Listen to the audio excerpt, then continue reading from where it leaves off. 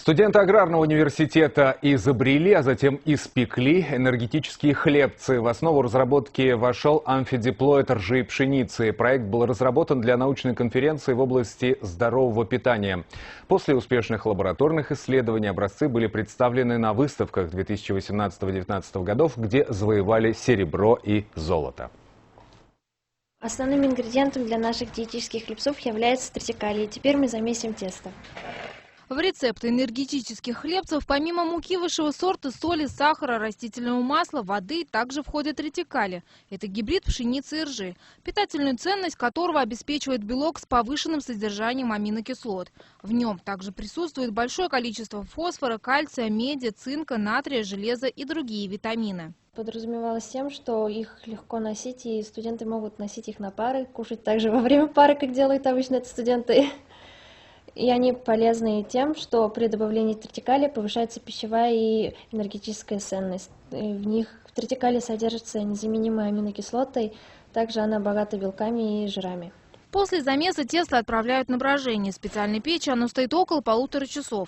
Готовую массу раскатывают до определенной толщины и делят на разные формы. А вот на выпекание уходит меньше времени. 15 минут хватает, чтобы при 180 градусах хлебцы приготовились.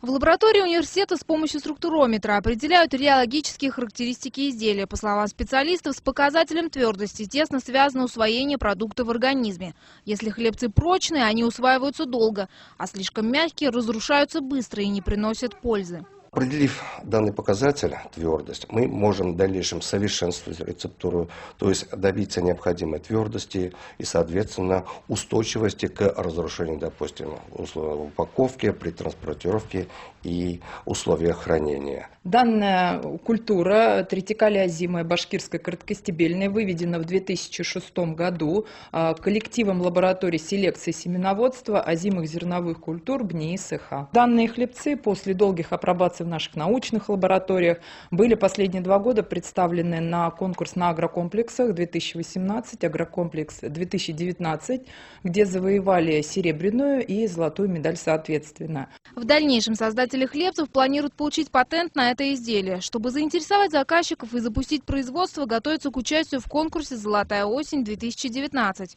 А пока студенты будут тестировать полезный энергетический продукт в стенах родного университета. Айгуль Изяпова, Стас Птицын, новости Уфа.